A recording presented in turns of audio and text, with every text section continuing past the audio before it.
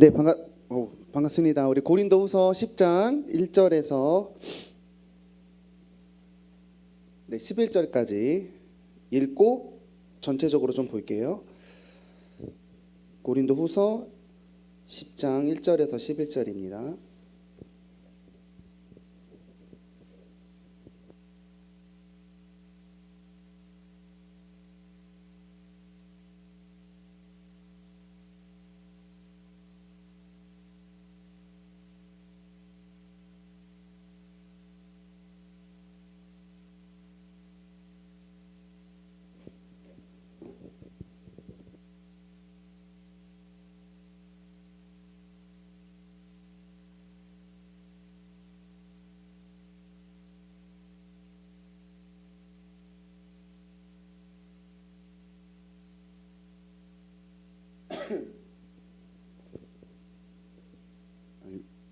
민지가 피리를 불어가지고 빨리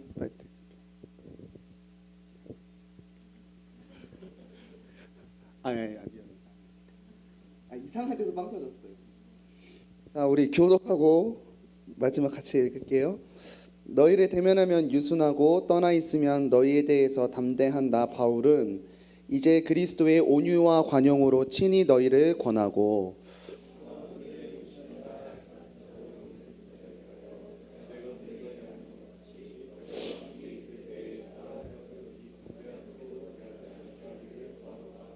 우리가 육신으로 행하나 육신에 따라 싸우지 아니하노니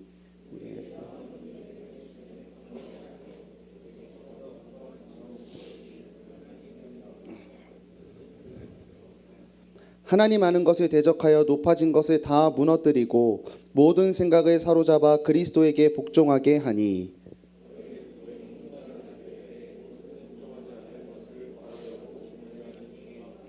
너희는 외모만 보는도다. 만일 사람이 자기가 그리스도에게 속한 줄을 믿을진대 자기가 그리스도에게 속한 것 같이 우리도 그러한 줄을 자기 속으로 다시 생각할 것이라.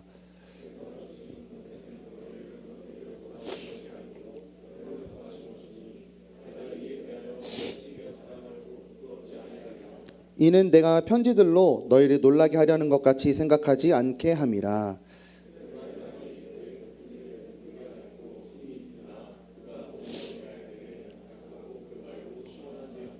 우리 함께 하겠습니다. 이런 사람은 우리가 떠나 있을 때에 편지들로 말하는 것과 함께 있을 때에 행하는 일이 같은 것임을 알지라. 아멘.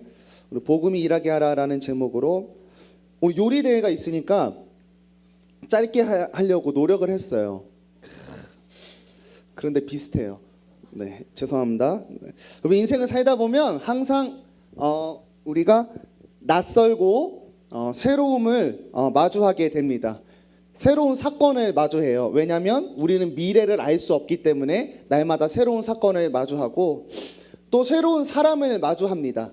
왜냐하면 우리가 사회생활을 하기 때문에 우리는 이 수많은 인구 중에 있는 새로운 사람들을 또 만나고 또 새로운 사실들을 마주합니다. 왜냐하면 우리는 전지하지 않기 때문에 매일 새로운 정보와 매일 새로운 가치가 우리 속에 들어오죠.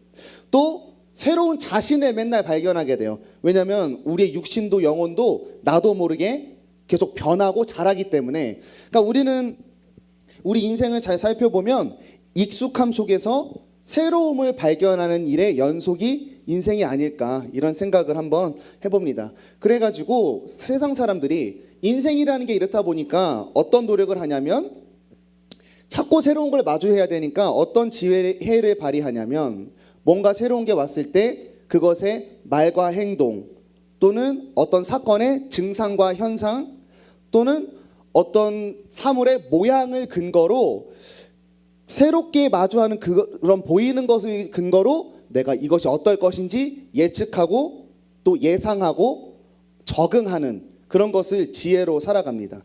그래서 새로운 게 나타났어. 겉모습을 보고 예측을 해요. 그 다음에 판단을 하는 거죠. 이것이 나에게 어떤 목적과 의도로 오는지, 나에게 적대적인지 호의적인지 혹은 이 물건이 나에게 긍정적인지 부정적인지를 새로운 것을 보고 판단해서 우리가 적절한 리액션을 하며 사는 것, 이것이 사실 세상에 말하는 지혜입니다. 근데 이게 되게 굉장히 지혜로워 보이지만 또 한편 그렇지만은 않죠. 왜냐하면 잘 보세요. 어떤 사람의 행동을 보고 반드시 이런 의도였다고 우리는 다 맞출 수가 없어요. 예를 들어서 자, 저기 뒤에서 선호 형제가 칼을 들고 저에게 걸어오고 있어요. 저 행동을 보고 나는 뭐라고 생각할까요? 살인마라고 생각할 수도 있지만 또 한편 선호 형제의 의도는 뭐였냐면 여기다가 이제 삼겹살 놓고 요리를 해주려고 할 수도 있는 거예요. 그러니까 행동을 보고 완벽하게 예측할 수가 없다. 그래서 행동을 보고 예측하는 게 어렵고 반대로 어떤 그 사람이 가진 의도를 보고 다음 행동을 예측할 수도 없어요. 예를 들어서 제가 다이어트를 이제 와서 4kg 쪘거든요. 그래서 와 거울 보고 만지는데 여기 턱주가리가 그냥 막 어우 막 깜짝 놀랐네. 그래서 살을 빼려고 하는데 여러분 모두가 저에게 다이어트를 도와주기 위한 의도로 저한테 다가온다고 했을 때 여러분의 행동은 다 다를 거예요. 어떤 분들은 다이어트 식품을 사주면서 돕기도 하고 어떤 분은 어우 이렇게 충격요법을 주면서 저를 도와줄 수도 있고 저와 같이 운동을 해줄 수도 있고 그러니까 의도를 안다고 해서 그 사람의 다음 행동을 예측할 수가 없습니다. 그래서 왜 그러냐면 우리가 새로운 게 봤을 때 예측하고 판단하는 건 내가 가진 정보의 양, 또 나의 생각의 패턴 또는 나의 과거의 경험을 근거로 판단하기 때문에 유한한 인간은 하나님만큼 다 알지 못하고 또 사람마다 서로 다른 패턴으로 생각의 사고체계가 돌아가고 또 나의 경험도 유한하기 때문에 정확성이 굉장히 떨어집니다. 제가 옛날에 이런 일이 있었어요. 엄마랑 살 때 엄마가 제 방을 청소하다가 라이터를 발견했어요. 그래서 난 그것도 모르고 밖에서 신나게 놀다 들어왔는데 엄마가 굉장히 심각하게 저를 불렀습니다. 원래 드라마를 볼 시간에 TV를 끄고 성경을 읽다가 갑자기 방을 똑똑하고 원래 노크도 안 하는데 되게 젠틀하게 레이리처럼 들어오셨어요. 오셔가지고 민기야 너 혹시 없어진 거 없니? 없는데요? 엄마가 이것을 발견했단다. 그러면서 거의 울상이 돼가지고 라이터를 딱 놓고 라이터네 왜 가져갔어? 천진난만하게 반응하는 저를 보고 민규야 너 담배 펴? 그래서 그거 손톱깎이 소독하려고 산 거야. 그래서 여러분 손톱깎이 소독 어떻게 하세요? 난 라이터로 하거든요. 발톱 깎으면 세균이 많아서 이렇게 불로 지져요. 그럼 소독이 될 거라는 저의 생각 때문에 항상 라이터가 이렇게 소독을 하는데 그러니까 우리 엄마의 데이터베이스 속에는 어떤 미친놈이 라이터로 손톱깎이를 소독할까 이런 걸 경우의 수가 없는 거죠. 그래서 저의 어떤 이 나타나는 증상을 보고 엄마가 오해할 수밖에 없겠죠. 그러니까 인간은 유한하기 때문에 모든 걸 다 예측할 수가 없습니다. 근데 여러분 신앙생활을 한번 더 보세요. 신앙생활은 더 알 수가 없어요. 이런 유한함 때문에 예측이 안 되는데 플러스 걷다가 창조주가 개입됩니다. 그래서 우리는 신앙생활을 할 때 너무나 판단이 어렵고 함부로 하나님 판단하기도 어렵고 함부로 신앙생활 함께하는 동료도 판단하기가 굉장히 어려워요. 그래서 신앙생활에서 갈등하는 모양을 가만히 보면 보통 이 두 가지 중에 하나죠. 의도로 행동을 예측해서 우리가 시험 듭니다. 예를 들어 이런 거예요. 쟤도 예수 믿는 존재라고 했지 그러면 이런 행동이 나와야 될 텐데 왜 이런 행동이 나와야지 가서 참다 말을 시작하죠. 너 예수 믿으면 그렇게 하면 안 돼. 그 마음에 어떤 고민과 간증이 있는지 모르고 행동을 보고 판단해서 교회가 박살납니다. 또 반대로 이 사람의 행동을 보고 그 안에 예수가 없을 것이다라고 생각해서 교회가 무너지기도 하죠. 야 저거 행동하는 거 보니까 맨날 지각하고 늦게 막 이렇게 노는 거 보니까 믿음이 없어. 설교 시간마다 자는 걸 보니까 믿음이 없어. 그렇게 이 사람이 전날에 무엇을 하고 얼마나 힘들었고 밤새고 오는지 뭐 그런 거 전혀 모르고 행동을 보고 그 사람 속에 있는 존재나 의도를 파악하고 얘기했을 때 교회가 망가집니다. 여러분 오늘 지금 바울과 고린도 교회의 내용인데 그러니까 소위 한마디로 말하면 싸우고 있어요. 싸우고 있는데 어떤 이유냐면 자 바울이 고린도를 향해 편지를 총 3번 썼는데 먼저 고린도 전서를 썼어요. 왜냐하면 근데 그 전서의 내용이 아주 험악해요.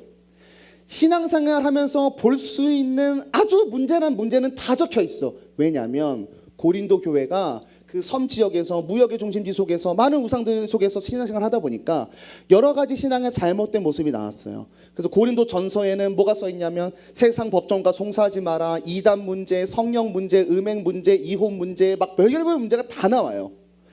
여러분 우리가 고린도 교회라고 생각해 보세요. 우리 교회를 개척한 목사님이 다른 데 전도하러 갔다가 편지를 휴가이가 썼어. 모든 성도가 너무나 기대하는 마음으로 PPT 편지를 떼었어요. 간음하지 말라, 도적질하지 말라, 응원해 줄 줄 알았는데 이런 욕만 먹고 나니까 사실 마음이 좋아요 안 좋아요? 안 좋아요. 그래서 고린도 전서를 딱 쓰고 바울이 고린도 교회에 방문했는데 성경에 뭐라고 나와 있냐면 바울의 방문을 영접하지 않았다라고 나와 있어요. 왔는데 환영하지 않았어. 욕 먹었으니까.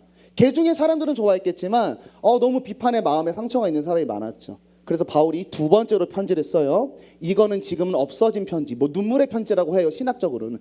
한 번 더 써. 뭘 썼냐면, 야, 내가 너희를 사랑해가지고 사랑의 마음으로 편지를 썼는데 나를 받아들이지 않는 걸 보니 내 마음이 찢어지는구나. 이런 편지를 써.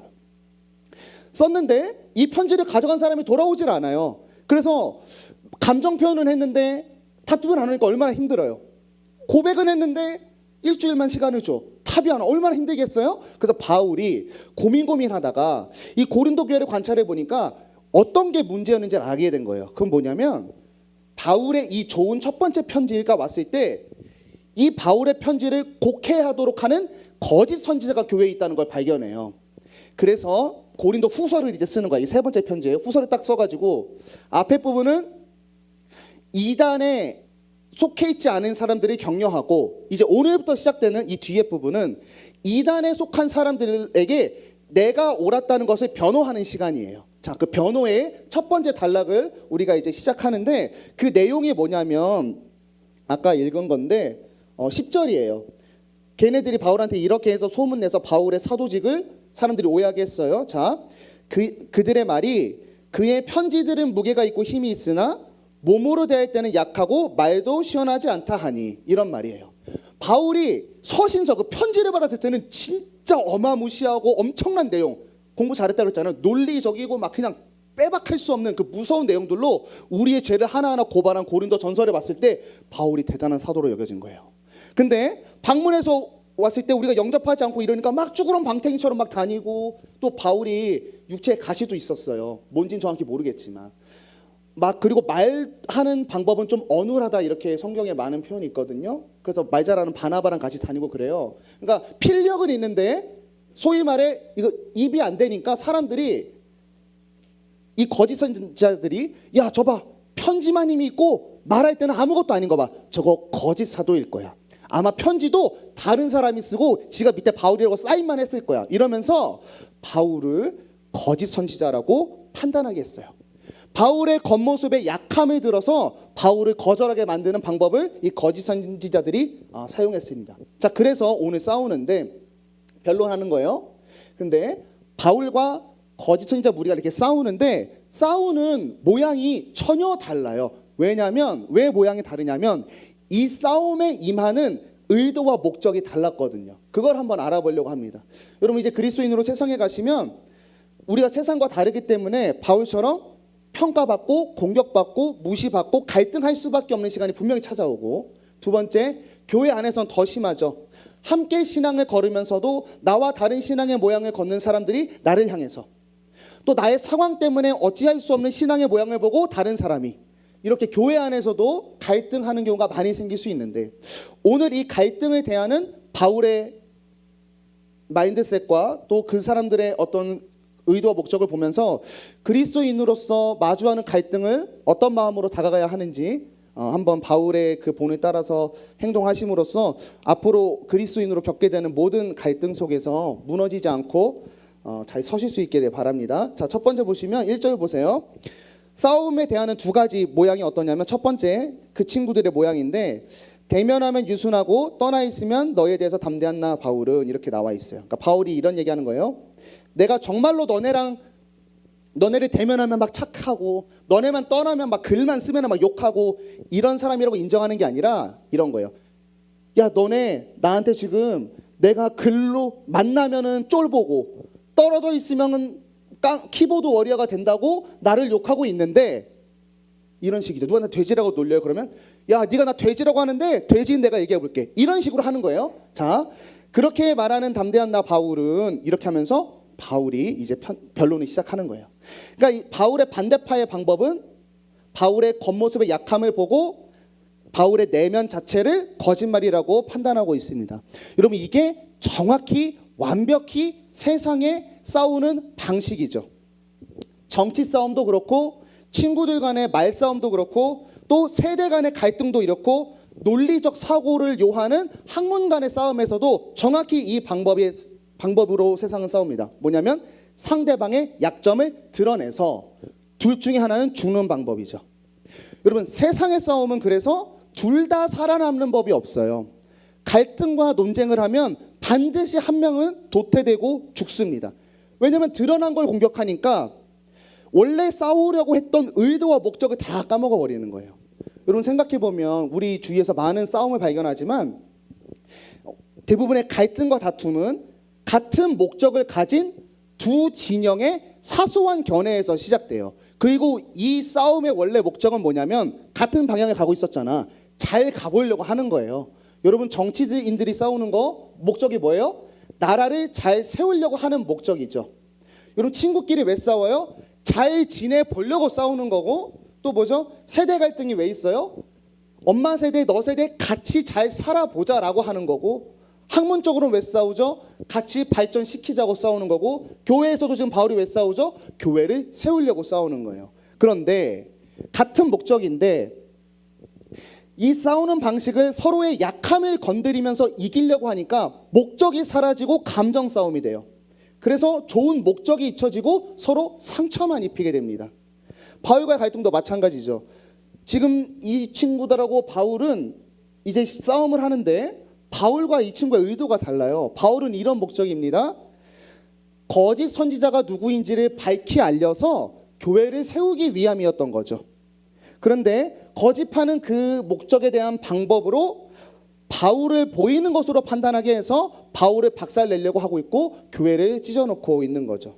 그러니까 좋은 목적이 나쁜 방법으로 자멸하는 모양을 낳는 게 이 거짓 반대파의 갈등을 해결하는 방법입니다. 그럼 두 번째, 바울은 어떤 방법이냐면 1절에 보니까 마지막에 나는 이제 그리스도의 온유와 관용으로 친히 너희를 권하고 이렇게 나와 있어요.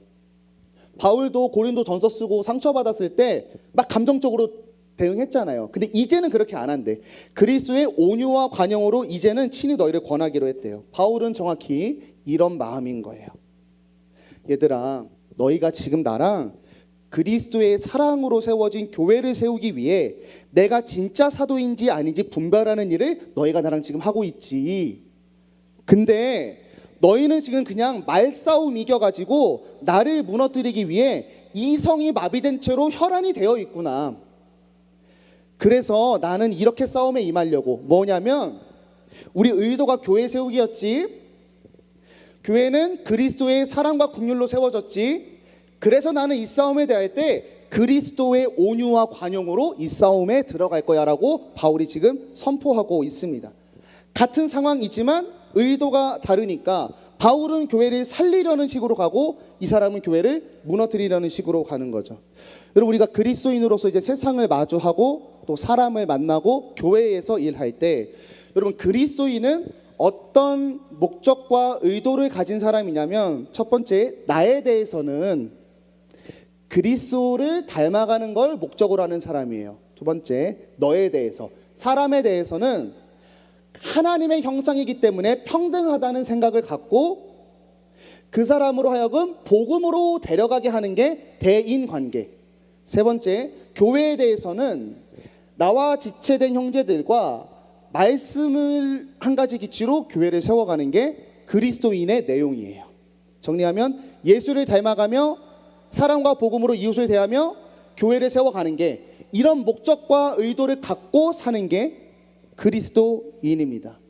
그래서 그리스도인은 어떤 모양일 수밖에 없냐면 세상 사람들과 갈등하고 토론하고 토의할 때 절대로 세상과 같을 수가 없는 거예요. 이기려고 하고 높아지려고 하고 인간의 영광이 내용인 목적인 세상과 우리는 같은 문제를 가지고 이야기해도 같을 수가 없다라고 하는 거죠. 이간질하지 않습니다. 욕하지 않고 비방하지 않고 무시하지 않아요. 말싸움에서 내가 이겨서 얘가 슬퍼할 때 기뻐하지 않아요. 얘 무너졌는데 어떻게 다시 살리지, 내가 말 잘못했나 보다라고 하는 거죠. 우리에게는 그 대신 어떤 일이 있어야 되냐면 사랑의 언어가 있어야 되는 거고, 관용의 눈빛, 긍휼의 마음. 얘가 분명히 틀린 걸 얘기하고 있는데 바로는 잡아줘야겠는데 내가 바로 잡으면 상처받지 않을까 하는 그런 여린 마음을 가지고 우리는 이웃을 대할 수밖에 없다. 왜냐하면 내용이 달라서 그래요. 내용이 달라서 같은 문제를 가지고 싸워도 결과값이 다르게 나오는 거죠. 그리고 한편 이렇게 든든한 진리, 복음이라는 걸 품고 두 번째는 또 중요한 게 있습니다. 뭐냐면 유연성이 있어야 해요. 단단한 것만 있으면 멍도교가 됩니다. 유연성이 있어야 돼요. 무슨 유연성이 있어야 되냐면 계속 같은 얘기하는 거죠. 같은 의도와 목적이어도 표현하고 행동하고 일하는 방식이 다르다라고 하는 유연성이 있어야 돼요. 그래서 우리는 믿는 사람들 간에 견해 차이가 있을 수 있어요? 있다라고 하는 거죠. 또 우리가 믿지 않는 사람들에게 복음과 신앙을 설명할 때 우리가 이해한 전부를 그대로 설명하면 그들은 받아들일 수가 없다라고 하는 것, 그런 유연성이 있어야 돼요. 여러분, 이런 유연성이 없는 기독교 때문에 우리 기독교는 사람들에게 어떻게 비춰져 왔었냐면, 내가 이해한 복음으로 강요하는 사람, 그러니까 그들의 마음과 영혼은 전혀 터치할 수 없고 겉모습만 고치려는 사람. 그러니까 세상처럼 겉모습만, 모양만 고치려고 하니까 그리스도인인데 세상처럼 평생 싸우는 인생을 살아요. 예수 믿기 전에는 세상에서 싸우고, 예수 믿고는 교회 이름 들고 싸우고, 그리스도인 파이터가 되는 게 얼마나 많은지 모르죠. 그래서 멍도교가 되었고 광신도가 되었고 불통 집단이 된 게 지금까지 보수적인 교회가 세상에 들어가서 차지하게 된 위치이고 아이덴티티죠. 우리가 복음을 이해할 때 복음을 우리가 알고 있는 게 전부가 아닐 뿐만 아니라 우리가 전하는 복음이 그 속에서 어떻게 피어날지를 기대할 수 있어야 되는 거죠. 여러분, 복음을 씨앗이라고 한번 생각해보고 이해해 보시기 바랍니다. 복음은 하나님께서 물 줘서 자라게 하시는 던져진 가능성이에요. 근데 무한한 가능성이 있지만 단 한 가지 진리인 거죠. 예수 그리스도라고 하는. 여러분, 기독교가 우리나라에 왔을 때 우리나라 신분제도였고, 신분이 높은 사람 빼고는 정당한 교육과 치료를 받을 수 없었고, 여성 인권은 거의 뭐 박살나 있었죠. 어디 여지 목소리가 담을 넘나 이런 식의 말도 안 되는 신분 사회였는데, 하나님의 형상이기 때문에 남녀가 모두 평등하다라고 하는 기독교의 가치가 들어오면서 우리나라와 굉장한 마찰을 겪었습니다. 일단 처음에 왔을 때는 우리나라 뭐 전쟁 끝나고 완전 무슨 원시인이었으니까 그냥 받아들였어요. 돈 주니까. 그리고 어느 정도 정착이 시작되자 한국 문화와 기독교의 문화가 갈등을 일으키죠. 여러분, 우리나라에 기독교가 들어와서 신분제 없애는 데 굉장히 일조했죠. 꼭 그렇다고 할 수 없지만 그 가치를 어디서 찾을 수 있는가 하면 기독교에서 찾을 수 있습니다.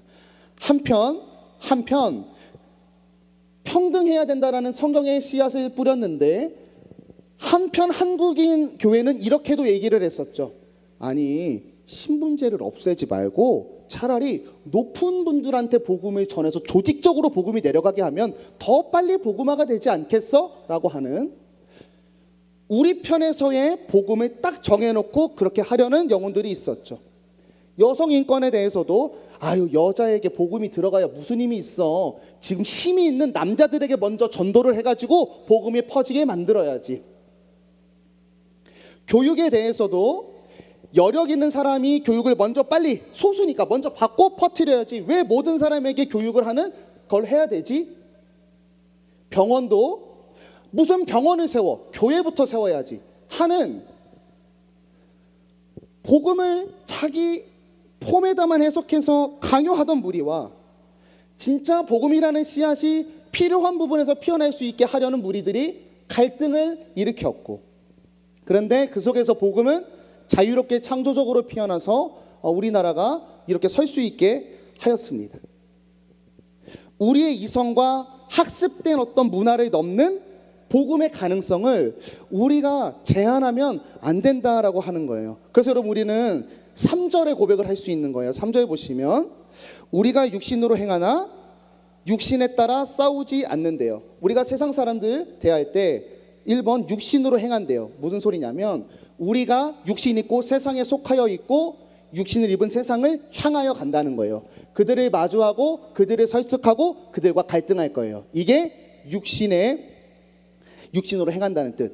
그런데 두 번째, 육신에 따라서 싸우지는 않는데요.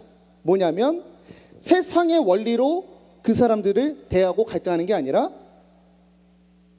복음의 방법과 복음의 원리로 그들과 마주하겠다라고 하는 것이 3절 내용이죠. 그러니까 쉽게 얘기하면 상대를 이겨먹지 말라는 거예요.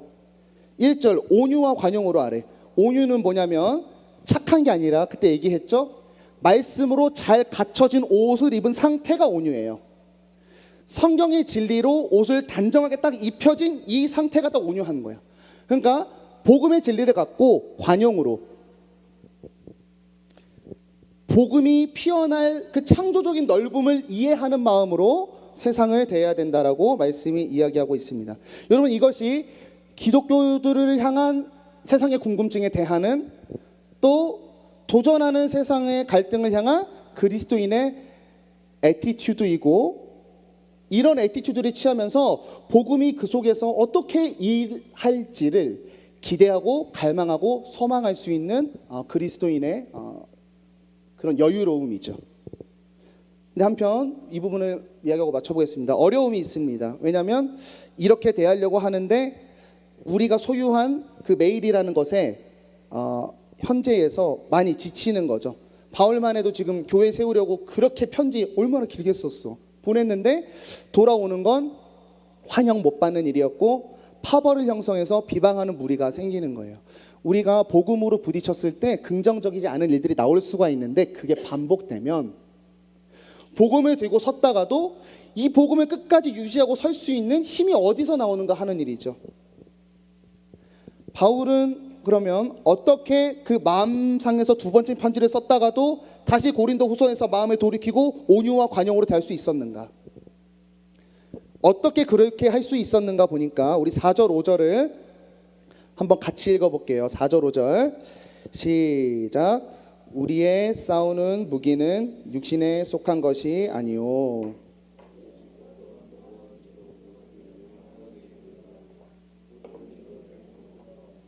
하나님을 아는 것을 대적하여 높아진 것을 다 무너뜨리고 모든 생각을 사로잡아 그리스도에게 복종하게 하니. 아멘. 바울은 어떤 무기를 갖고 흔들리지 않을 수 있었냐면 잠깐 미워하는 마음을 가질 뻔했으나 다시 돌아올 수 있었냐면 하나님의 능력이라는 무기를 가졌대요. 근데 이 무기가 어떤 거냐면 보니까 모든 이론을 무너뜨린대. 그러니까 하나님을 향한 오만한 인간의 이성과 판단과 생각과 의심과 어떠한 궁금증들이죠. 그것을 무너뜨리는 능력이고 두 번째, 대적하여 높아진 것을 무너뜨린대요. 복음, 하나님을 부인하는 많은 권세들을 복종하게 하는 게 하나님의 능력이기 때문에 나는 그 하나님의 능력을 알아서 복음으로 계속 자세를 취한대. 자, 왜 그랬냐면 모든 이론과 대적하여 높아진 것을 무너뜨린다고 한 이 두 가지 있잖아요. 이게 정확히 바울이 갖고 있었던 거거든요. 여러분 바울은 유대인으로서 석학급이었어요. 너무나 똑똑한 사람이었고 그 오만한 이성을 가지고 예수를 대적하던 사람이었어요. 그리고 바울은 권세자였습니다. 영장을 가지고 예수 믿는 사람들을 권세를 가지고 들어가서 다 잡아다 옥에 집어넣는 오만한 이성을 가지고 권세를 가지고 예수를 부인하던 바울이 하나님을 만나는 그 순간 나의 모든 지식을 배설물로 여기게 되고 주를 대적하던 마음이 주를 위해 인생을 쏟아버릴 수 있을 정도의 일이 복음이라는 걸 만나니까 이렇게 된 걸 경험한 거예요. 그러니까 바울은 어떤 확신이 생긴 거냐면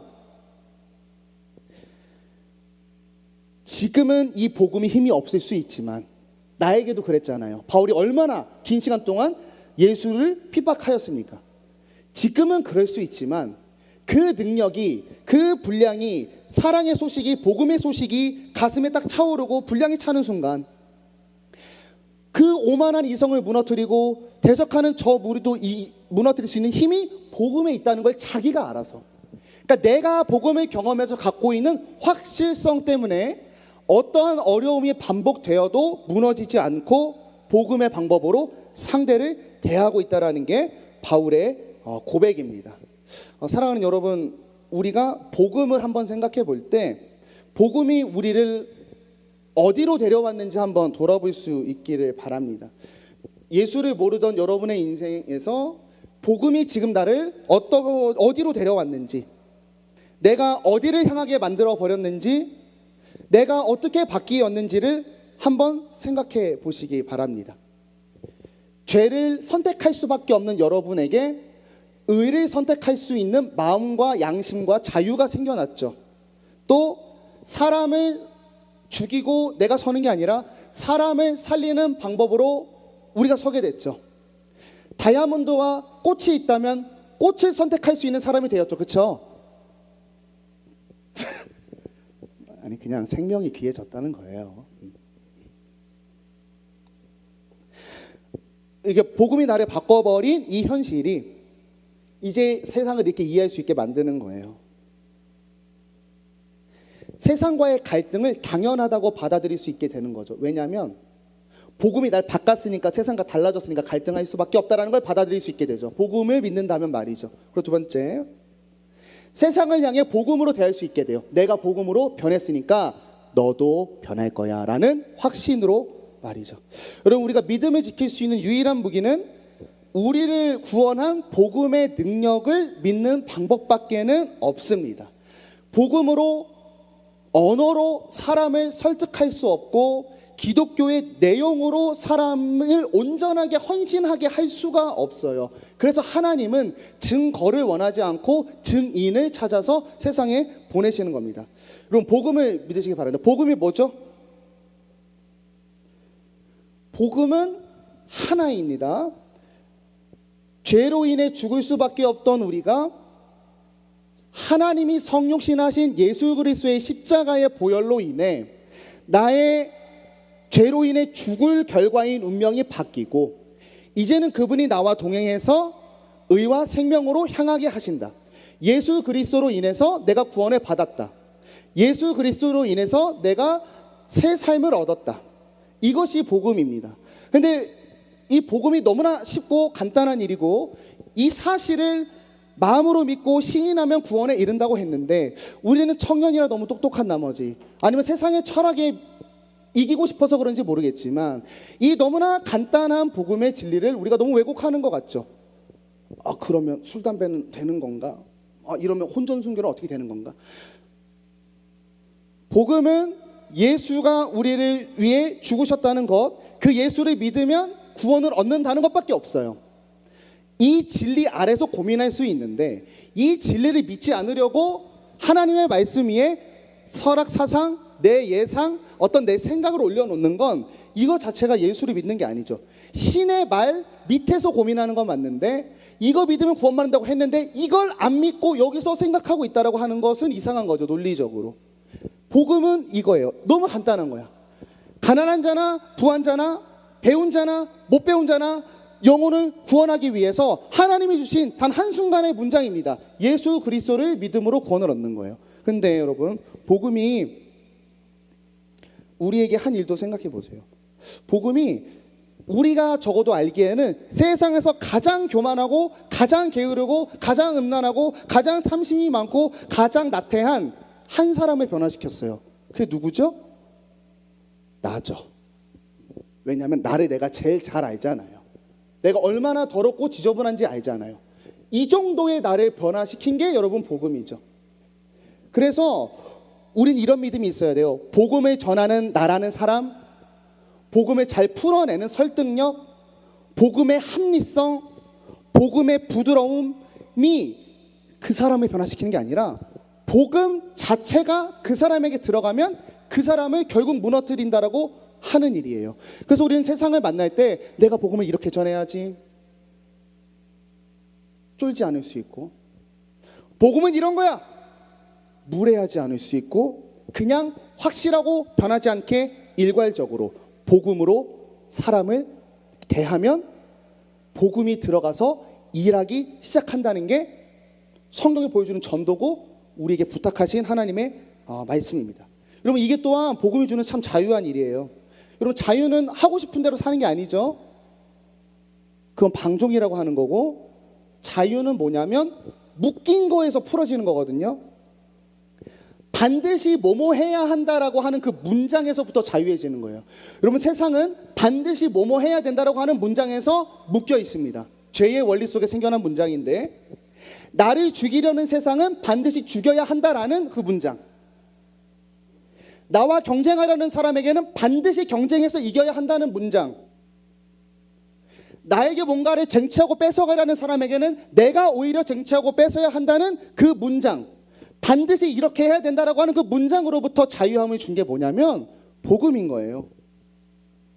나를 죽이려 해도, 나와 경쟁해서 이기려 해도, 나를 짓밟으려 해도 이게 아니라, 세상이라면 응당 이렇게 해야지, 이 문장이 아니라 복음으로 대해도 그 사람이 변할 수 있고 내 인생 망하지 않는다. 아빠가 붙잡고 있다. 세상의 질서로부터 완전히 자유하게 된 복음으로 세상을 대할 수 있는 방법입니다. 이걸 해야 돼요. 이걸 해야 돼. 세상을 세상으로 안 대하는 게 필요해요. 세상이 야 당연히 이렇게 해야지, 반드시 이렇게 해야지를 안 하는 수가 있어야 돼요. 복음 들고 세상하고 똑같이 하니까 세상 사람은 이런 말을 할 수밖에 없는 거예요. 하나님이 어디 있어? 그러니까 기독교를 관념에 갇힌 종교, 상상의 나라, 집단 광신도라고밖에 할 수가 없는 거예요. 왜냐하면 예수를 믿는다고 여기다가 그리스도인 표만은 달고 있는데 우리랑 똑같다니까. 어디 있어? 그럼 하나님 보이지도 않는데 어떻게 보여줘야 되는 거예요?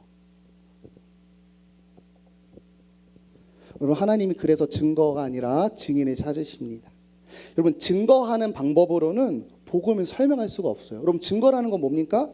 인간이 보고 판단할 수 있고, 인간이 이해할 만하고, 인간이 보이기에 이해되는 게 증거잖아요.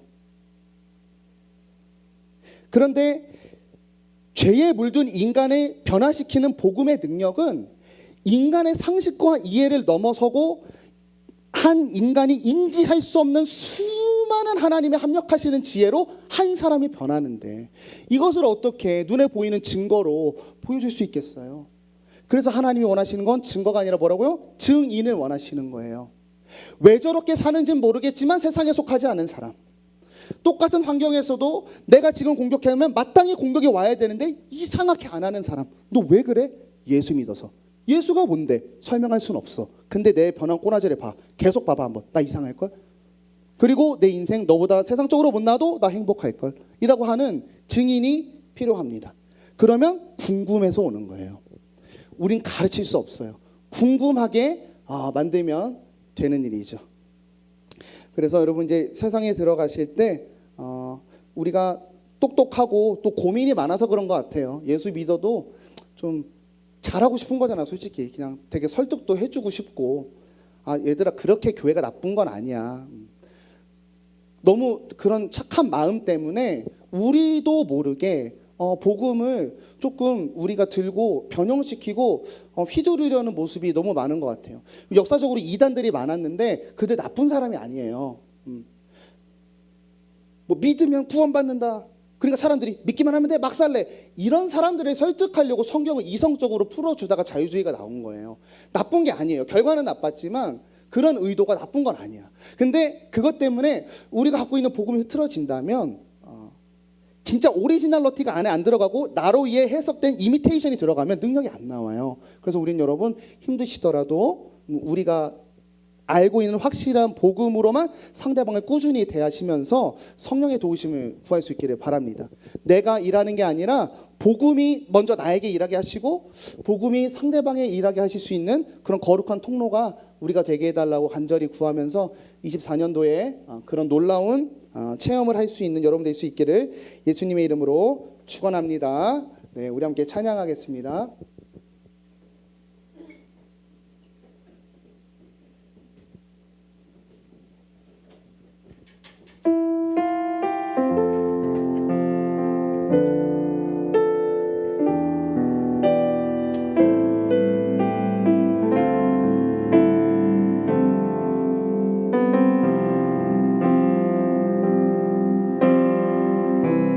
많은 이들 말하고 많은 이들 말하고 많은 이들 노래는 하지만 정작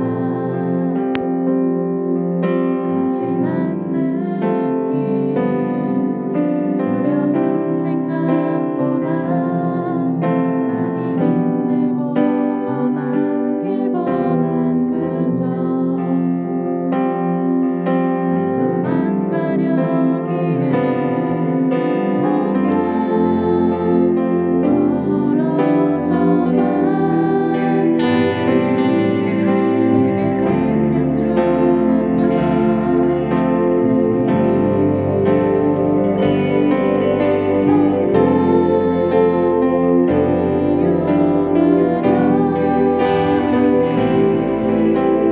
사랑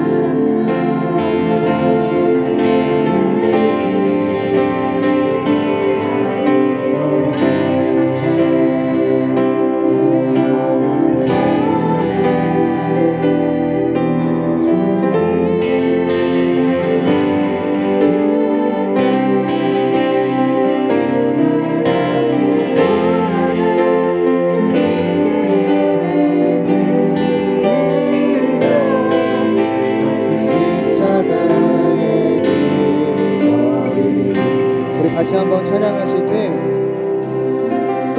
좀 이런 마음으로 찬양했으면 좋겠어요. 여러분, 우리가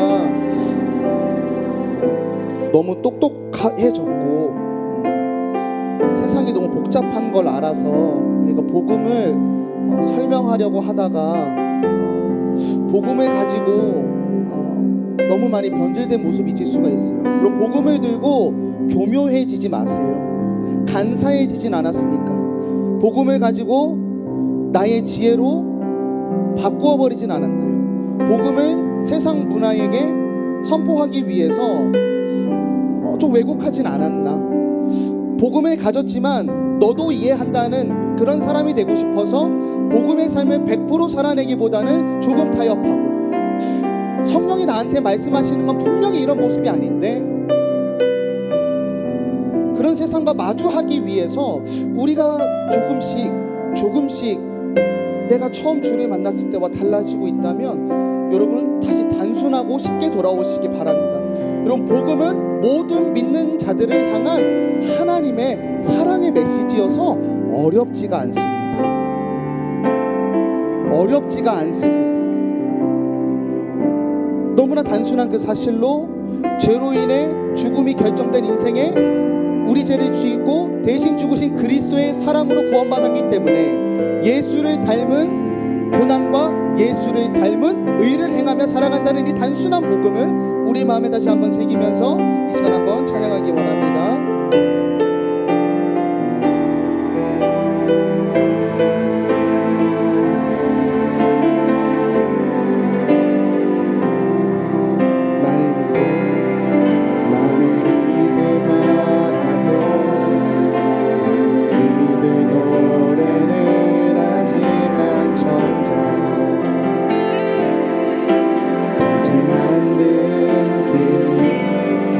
두려운 생각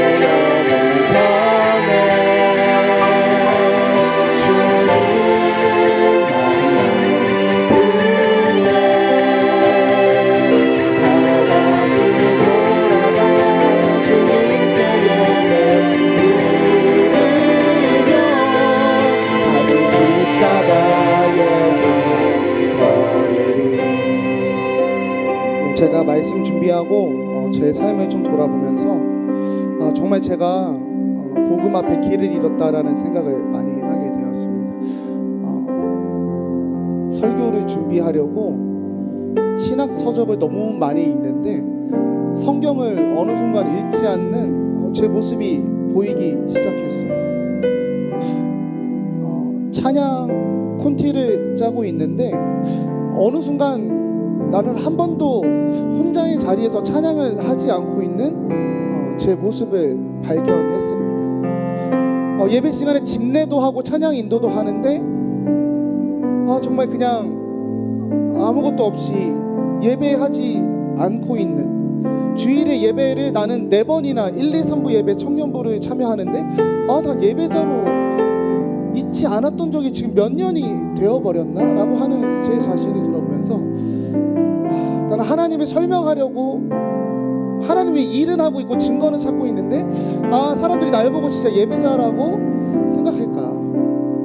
여러분도 마찬가지일 것 같아요. 디자인 하시는 분, 복음을 증거하기 위해서 내가 가진 재능으로 쓰려고 하시다가 내가 하나님을 그려왔던 나의 신앙의 자리가 없어지시는 분들, 또 아이들, 사람들에 대하면서 좋은 그리스도인이 되기 위해서 꾸며낸 척 위선과 가식을 떨었지만 정말 하나님 앞에서는 내가 정말 자녀답지 않게 변질된 분도 계실 수도 있을 것 같습니다. 지적인 능력에 가신 분들, 또 체력이 좋으신 분들, 또 문화에서 생각하시는 많은 분들, 우리가 너무 열심히 하려다 내 열정이 내 자신을 삼켜버리지 않았나 싶습니다. 이 시간 기도하실 때 혹시 저는 모르겠어요. 내 직업이 이거여서 모르겠지만 저는 이런 아픔이 있었는데 여러분의 삶의 자리에서 또 가정에서 복음을 변호하려다가 세상에 맞춰서 증거하려다가 여러분 자신이 혹시 왜곡되고 있다면 하나님은 증인을 원하시는데 증거만 찾다가 증인이 되어버리지 못한 자리가 있다면 이 시간 하나님께 기도하시면서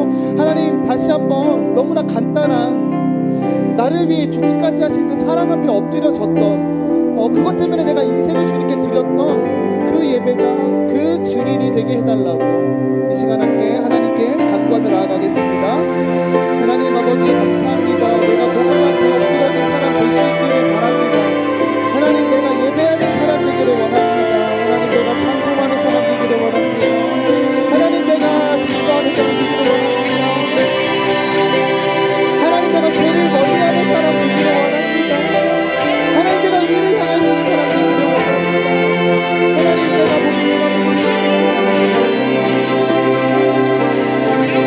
나의 삶을 붙들어 주시옵시고 아버지 나가게 버린 나의 삶을 붙들어 주시옵시고 다시 하나님 앞에 설 수 있도록 은혜를 내려주시옵시고 성령의 물어넣어 주시옵시고 은혜와 마음 새로워 하여 주시옵시고 능력과 역사를 나아갈 수 있도록 주님 나를 통해 주시옵소서. 영적인 삶 가운데 역사하시고 어느 삶 속에서 주님을 바라보는 수 있도록 해주시옵시고 어떤 상황에서도 무너지지 않을 수 있도록 저희를 긍휼히 여겨 주시옵소서. 예수님 등장하게 하여 주시옵소서. 하나님 저희를 불쌍히 여겨 주시옵소서. 저희를 그런 은혜로 채워주시옵소서. 주님 감사합니다. 그를 나가게 하여 주시옵소서.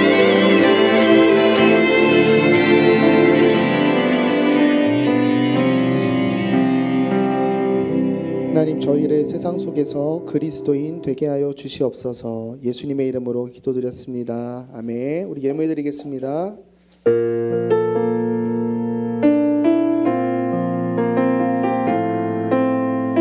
우리 드려진 예물을 다음과 같은 가사로 고백하겠습니다. 나의 평생에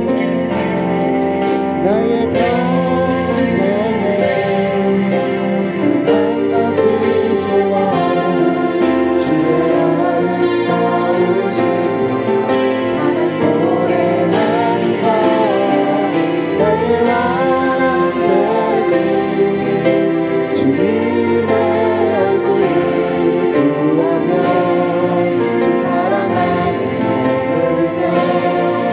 사랑